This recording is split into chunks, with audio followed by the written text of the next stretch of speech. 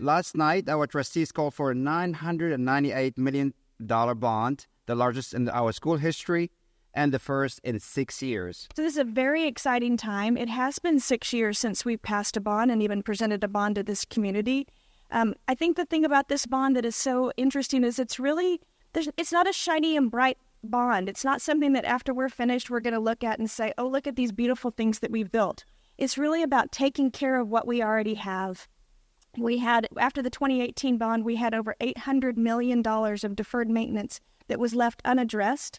And that stuff does not go away, and it does not get any cheaper as we move forward. So this bond addresses HVACs and roofs and parking lots and pavement, things like that just wear out over time. So I'm very excited to be able to take care of our general maintenance that needs to happen around the district.